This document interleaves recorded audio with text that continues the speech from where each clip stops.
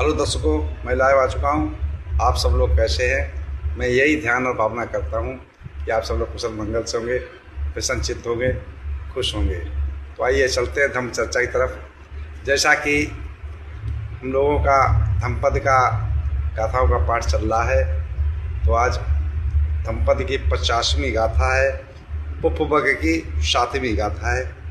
तो आप लोग ध्यान लगाकर सुनिए, चित्त लगाकर सुनिए, मन लगाकर सुनिए। एवं मे श्रुतं एकं समयं भगवा सावत्यं विहरति जेत बने अनाथ पिंडिकस्य आरामे। ऐसा मैंने सुना, एक समय तथागत सम्यक संबुद्ध श्रावस्ती के जेतवनाराम में अनाथ पिंडिक द्वारा बनाए हुए जेतवनाराम में विहार कर रहे थे। उस समय की घटना है। एक जो है वहाँ श्रावस्ती नगर में बहुत ही धनवान, श्रद्धावान, शीलवान एक स्त्री रहती थी। धनवान भी थी, कुशल मंगल से रहती थी और बहुत ही श्रद्धा थी। दीन दुखियों की सहायता करना, भिक्षुओं को भोजन दान देना। देखिए, तो एक समय क्या हुआ कि वो पहले जो है निगंथ जो जैन धर्म के होते हैं, उनके अनुयायियों को, मनते लोगों को निमंत्रण करती थी, भोजन विधान करती, उनको गुरु बना रखा था। जब तथागत सम्यक संबुद्ध की ख्याति फैली, उसे मालूम हुआ, तो वो तथागत सम्यक संबुद्ध को भोजन दान पे निमंत्रित करती है, आमंत्रित करती है। जिस समय तथागत सम्यक संबुद्ध उसके यहाँ भोजन करने जाते हैं और उसके यहाँ भोजन करते हैं, लेकिन उसका जो गुरु था निगंथ, वो दूसरे कमरे में उसको बैठा रखा था, आराम कर रहा था। तथागत सम्यक संबुद्ध भोजन करने के तत्पश्चात तो पुण्यानुमोदन करते हैं, धर्म देशना करते हैं। और धर्म देशना करते हैं तो शील सदाचार की उपदेश देते हैं, दान का फल का बताते हैं। लेकिन इसी बीच जब वो उसका जो निगंध था दूसरे कमरे, वो सुनते और बहुत ही रुष्ट हुआ। उसके मन में क्या विचार हुआ कि अगर ये तथागत सम्यक संबुद्ध के प्रति श्रद्धावान हो गई तो मुझे तो यहाँ कोई पूछने वाला नहीं रहेगा। तो तिमतिमा के गुस्सा होकर के और बड़बड़ाने लगा, दुष्ट कहेगा, निर्मंडा कहेगा, आ गया यहाँ पे ऐसे घरों में खाता, घरों में लेता, झूठी बातें करता। इस बात को जब उस उपासिका ने सुना तो उसका ध्यान उसकी तरफ गया। तो तथागत सम्यक संबुद्ध ने उसको कहा कि देखो उपासिके, दुनिया बहुत रंगी है, हमें हमेशा अपने चित्त को, अपने मन को देखना चाहिए। हम दूसरे की तरफ देखेंगे तो कभी भी कदापि हमारा भला होने वाला नहीं है।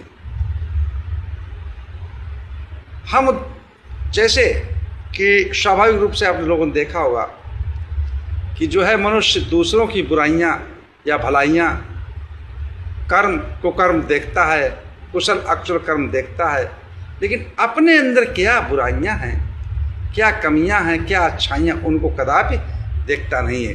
तो तथागत सम्यक संबुद्ध हैं, देखो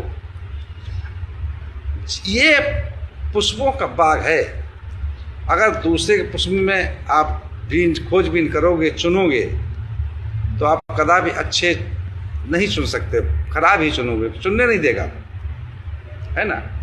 इसलिए अपने बाग में अच्छे पुष्पों को चुनो और खराब पुष्पों को चुन करके बाहर फेंक दो। कहने का तात्पर्य यह है कि अपने चित्त के, अपने मन के विकारों को निकालो और शुभ कर्मों को, सदाचार के बीज को डालो, फूलों को एकत्रित करो। कहा है ना, सचित्त परियोदपन, चित्त को परिशुद्ध बनाओ। तो दूसरी तरफ बहुत से ऐसे लोग संसार में होते हैं कि दूसरों की बुराइयां या दूसरों की भलाइयाँ देखते हैं, अपने अंदर जो है क्या है कौन सी कमी है, कौन सी अच्छाई है, कौन सी बुराई है, उसको कभी भी नहीं देखते। तो इसलिए चाहिए मनुष्य को कि वो अपने अंदर झांके, अपने मन की अंदर विचार जो उत्पन्न होते हैं कुशल या अकुशल के, उनको निकाले। कि अगर अकुशल विचार उत्पन्न होते हैं उनको तुरंत निकाल के बाहर किए और कुशल विचारों को संपादित करे रखे। जो मनुष्य अपने को देखता है, अपने को समझता है, वो ही मुक्ति पद प्राप्त करता है, निर्वाण प्राप्त करता है, मोक्ष प्राप्त करता है। इसी उद्देश्य तथागत सम्यक समुद्र गाथा कही है, 50वीं गाथा है ये दंपति की, और पुष्पवर्ग की 7वीं गाथा है। न परे संग विलो यानी, न परे संग विलो मानी, न परे संकता कतंग, अतनो वा अवेख्येय कतानि अकतानि चा। कि जो मनुष्य दूसरों के दोषों को देखता है, ना तो दूसरों के विरोधी वचन पर ध्यान देना चाहिए कि दूसरा क्या कह रहा है, गलत बोल रहा है, अच्छा बोल रहा है, और न दूसरों के कृत्य कामों को कुशल अकुशल ध्यान देना चाहिए। हमें अपने, केवल अपने ही कुशल और अकुशल कर्मों को ध्यान देना चाहिए,